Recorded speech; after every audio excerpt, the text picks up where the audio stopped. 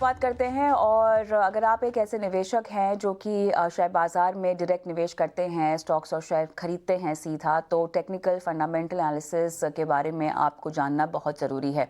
और शो का मकसद ही यही है कि हम आपको तमाम तरह की निवेश रणनीतियों से रूबरू कराएं। और आज टेक्निकल एस्पेक्ट एक स्टॉक के क्या होते हैं, किस तरह आप इसकी सही रीडिंग करके एक स्टॉक को भाप पाए, उसकी चाल को भाप पाए, उसके जितना भी आपके पास डेटा है उस डेटा से आने वाली तिमाहियों के लिए आने वाले वक्त की चाल एक स्टॉक की आप कैसे देख सकते हैं, ये सारे तमाम मुद्दे हम समझते हैं। तनिषा एकेडमी के रिसर्च एनालिस्ट नितिलेश पावस्कर हमारे साथ जुड़ गए हैं। नितिलेश, स्वागत है आपका हमारी इस बेहद खास पेशकश में। और इस पेशकश के ज़रिए हम बहुत ही बारीकी में जाकर टेक्निकल एनालिसिस के महत्व को समझेंगे और साथ ही बताएंगे लोगों को कि किस तरह से इसे सीख कर आप भी एक टेक्निकल एक्सपर्ट बन सकते हैं और साथ ही अपने पोर्टफोलियो को एटलीस्ट टेक्निकली आप जो है वो ट्रैक कर सकते हैं। नितिलेश, क्या होती है टेक्निकल एनालिसिस? क्या ये केवल चार्ट्स पर ही आधारित होती है? पहले तो गुड इवनिंग। एक चीज मैं यहाँ पे कहना चाहता हूँ, देखो टेक्निकल एनालिसिस मतलब सिर्फ चार्ट रीडिंग ऐसा नहीं होता है। चार्ट के पीछे जो स्टॉक का प्राइस बिहेवियर है, उसको अगर हम लोग अच्छी तरीके से रीड करते हैं, तो ही हम लोग अच्छे टेक्निकल एनालिसिस या फिर एक स्टॉक के ऊपर अच्छी पकड़ ले सकते हैं। तो मेरा मानना है कि जो भी लोग टेक्निकल एनालिसिस देखते हैं, तो उनको सिर्फ टेक्निकल एनालिसिस मतलब चार्ट को रीड नहीं करना है, उसके पीछे की जो साइकोलॉजी है, उसको रीड करना है।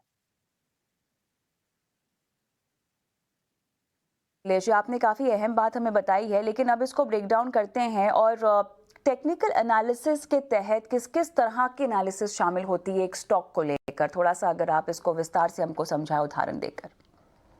देखो पर्सनली जो मैं टेक्निकल एनालिसिस यूज करता हूँ, वहां पे हम लोग क्या देखते हैं कि एक स्टॉक किस ट्रेंड में चल रहा है।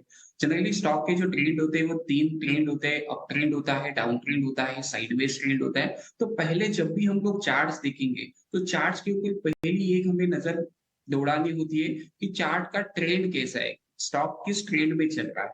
उसके बाद अगर हम लोग देखेंगे तो दूसरा जो मेन इंपॉर्टेंट चीज होती है, वहां पे हमें देखना होता है कि सपोर्ट और रेजिस्टेंस कहाँ पे है। ट्रेंड को हम लोगों ने आइडेंटिफाई किया, उसके साथ-साथ स्ट्रॉन्ग सपोर्ट एंड रेजिस्टेंस कहाँ पे है। उसके बाद आप चाहिए तो वॉल्यूम का एनालिसिस भी कर सकते हो, मतलब प्राइस के साथ अगर वॉल्यूम, ये दोनों चीजें आप अगर मिला के चलते हो, तो यहाँ पे आप अच्छी तरीके से क्या कर सकते हो, काम कर सकते हो। नितिलेश, अब ये मुझे बताएं कि अगर हम टेक्निकल एनालिसिस की बात करते हैं तो टेक्निकल एनालिसिस और फंडामेंटल एनालिसिस का बेसिक डिफरेंस क्या होता होगा? देखो डिफरेंस तो ज़्यादा कुछ नहीं है, लेकिन एक चीज़ मैं यहाँ पे कहता हूँ कि जब भी फंडामेंटल एनालिसिस किया जाता है, तो वो थोड़ा-सा टाइम कंज्यूमिंग होता है। और फंडामेंटल एनालिसिस को आपने भी देखा होगा कि वो बायस होते हैं ब्रांड का नाम लेके। कोई भी अगर बड़ी कंपनी है, तो उसके ऊपर वो कभी भी सेल कॉल या फिर वो जनरेट नहीं करते, उसको एग्ज़िट नहीं करते, भले ही उसका प्राइस गिर रहा होगा। तो टेक्निकल एनालिसिस जो होता है, वो किसी भी ब्रांड को या फिर किसी भी बड़ी कंपनी के नाम को देख के नहीं ट्रेड करता है, वो सिर्फ़ और सिर्फ़ प्राइस को देख के ट्रेड करता है। तो इस वज़ह से मुझे लगता है कि टेक्निकल एनालिसिस जो होते हैं, वो छोटी अवधि के जो अच्छे ट्रेड होते हैं 10 से 15% वाले, वो अच्छी तरीके से ले सकते हैं। तो टेक्निकल एनालिसिस में पैरामीटर जो होते हैं, सब कंपनी के लिए एक होते हैं और फंडामेंटल एनालिसिस में एक होता है कि जैसे ही सेक्टर चेंज होता है, कंपनी चेंज होती है, मैनेजमेंट चेंज होता है, तो हमें हमारा जो डिसीजन है वो चेंज करना पड़ता है और सब कुछ चीज़ें यहाँ पे चेंज होती है। लेकिन जब भी हम लोग टेक्निकल एनालिसिस करते हैं, चार्ट को रीड करते हैं, तो चार्ट किसी भी कंपनी का हो, सेम तरीके से रीड किया जाता कुछ अलग-अलग तरह के चार्ट्स जिनका आपने अभी ज़िक्र किया है, उसके एक-एक महत्व को आप ज़रा हमें समझाइएगा। कितने तरह के चार्ट्स होते हैं और किस-किस तरह के ग्राफ्स क्या-क्या मायने रखते हैं? है। देखो, चार्ट की अगर हम लोग बात करेंगे तो लाइन चार्ट होता है, बार चार्ट होता है, साथ-साथ कैंडलस्टिक चार्ट होता है। देखो मैं पर्सनली जो मैं यूज़ करता हूँ वो होता है कैंडलस्टिक चार्ट। कैंडलस्टिक चार्ट में पूरा का पूरा आपको बिहेवियर समझ में आएगा। मार्केट ने कहाँ पे एक ओपनिंग दिखाई थी, कहाँ पे हाई बनाया था, कहाँ से सेलर्स का इंटेंसिटी ज़्यादा था, बाइंग प्रेशर कहाँ पे देखने को मिला था, ये सब कुछ चीज़ें हमें कैंडलस्टिक में देखने को मिलती है। तो मैं पर्सनली जो यूज़ करता हूँ, वो कैंडलस्टिक चार्ट यूज़ करता हूँ और जब भी आप कैंडलस्टिक चार्ट यूज़ करोगे, तो एक चीज़ का आपको ध्यान रखना पड़ेगा कि हर कैंडल के ऊपर ट्रेड नहीं करना है।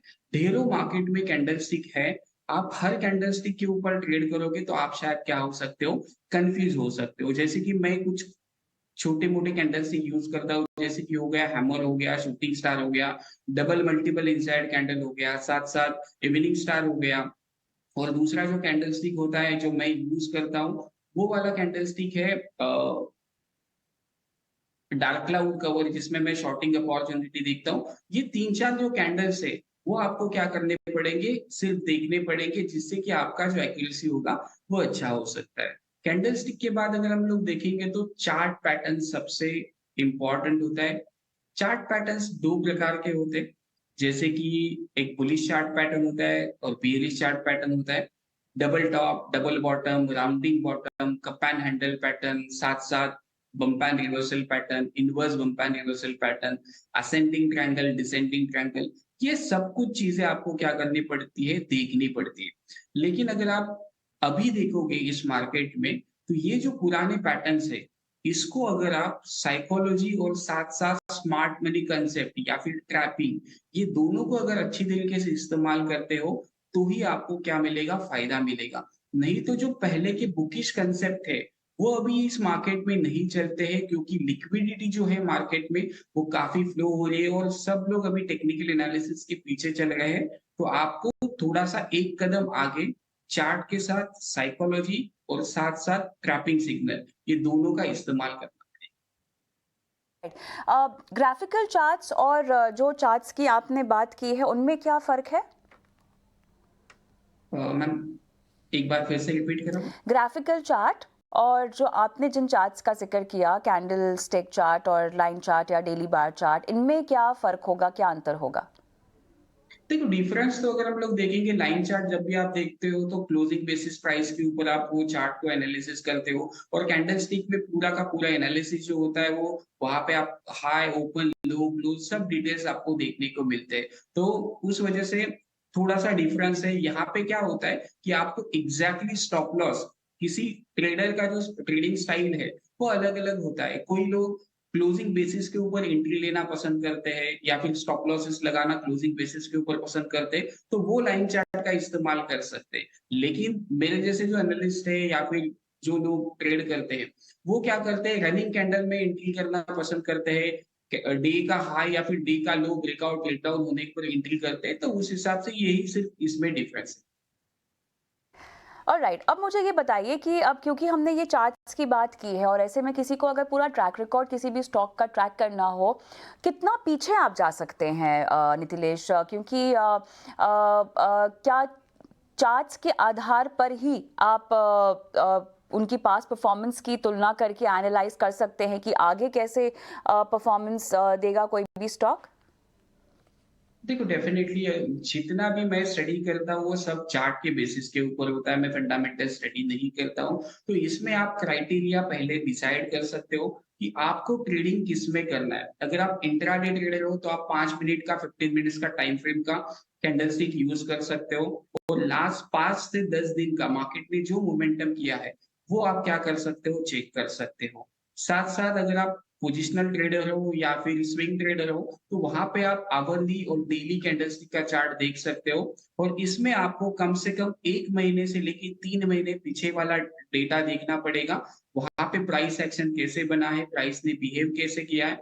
अगर आप शॉर्ट टर्म ट्रेडर हो, तो वहाँ पे आपको क्या करना पड़ेगा, डेली और वीकली चार्ट्स को देखना पड़ेगा और कम से कम जो आपको चार्ट देखना पड़ेगा, वो 6 महीने से लेके 1 साल इससे ज़्यादा देखोगे तो भी अच्छा होगा, लेकिन आप इन्वेस्टिंग की तरफ अगर चलते हो, बड़े टाइम फ्रेम के ऊपर अगर आपको इन्वेस्टिंग करना है, तो जनरली मैं प्रेफ़र करता हूँ वीकली और मंथली चार्ट और कम से कम ये चार्ट मैं 3 साल से लेके 5 साल तक इतना देखता हूँ, जितना मर्ज़ी आप बड़ा वाला चार्ट देखोगे, उतना आपके लिए क्या होगा, अच्छा होगा। सिर्फ़ टाइम फ्रेम जो होता है, वो चेंज होता है, वीकली और मंथली में इन्वेस्टमेंट के लिए यूज़ करो।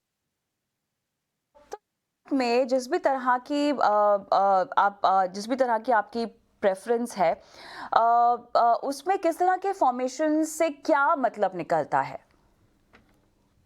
देखो, अगर फॉर्मेशन की अगर हम लोग बात करेंगे तो बुलिश और बियरिश अगर पैटर्न की अगर हम लोग बात करेंगे, तो जनरली जो सबसे बेसिक पैटर्न है, वो होता है डबल बॉटम। अगर किसी भी चार्ट के ऊपर डबल बॉटम का फॉर्म होता है, तो वहाँ पे जनरली एक इंडिकेशन होता है कि यहाँ से मार्केट में एक बाउंस बैक देखने को मिल सकता है। आज का ही अगर आप एग्ज़ाम्पल देखोगे तो बैंक निफ्टी के चार्ट के ऊपर 5 मिनट्स टाइम फ्रेम के ऊपर एक डबल बॉटम का सिनेरियो बना था और वहीं से मार्केट में हमें क्या देखने को मिली थी, एक तेज़ी देखने को मिली थी। तो दूसरा जो पैटर्न होता है वो होता है rounding bottom, cup and handle, falling veg. ये जो पैटर्न्स होते हैं वो होते हैं बुलिश पैटर्न्स। और साथ-साथ जो मेरे फेवरेट पैटर्न है वो है डबल टॉप।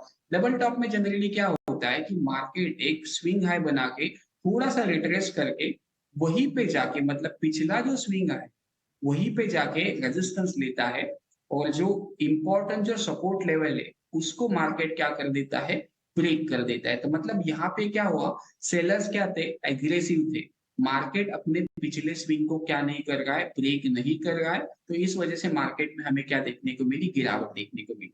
तो साथ-साथ आप इसमें 2-3 और पैटर्न्स देख सकते हो, हेड एंड शोल्डर पैटर्न हो गया, दूसरा हो गया बम्प एंड रिवर्सल पैटर्न हो गया, राउंडिंग टॉप हो गया। तो ये जब भी आपको चार्ट्स के ऊपर देखने को मिलेंगे, तो आपको क्या करना पड़ेगा? नेगेटिव मतलब यहाँ से मार्केट में एक मंदी देखने को मिल सकती है। तो जो भी चार्ट पैटर्न्स या फिर जो भी कैंडलस्टिक आप यूज़ करोगे, वो एक इम्पोर्टेंट एरिया में बनना काफ़ी ज़रूरी है। जैसे कि सपोर्ट और रेजिस्टेंस, कोई भी साइकोलॉजिकल नंबर होगा। जैसे कि मैंने कल एक एचएएल का सेल कॉल रिकमेंड किया था। तो वहाँ पे देखोगे तो एक ट्रिपल टॉप का फॉर्मेशन था, साथ-साथ एक साइकोलॉजिकल नंबर 4000 का था।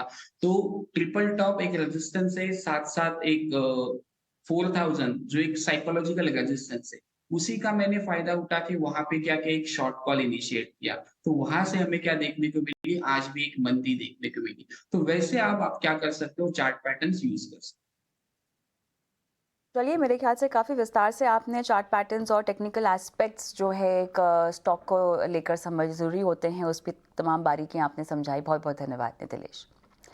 चलिए आगे बढ़ते हैं और टेक्निकल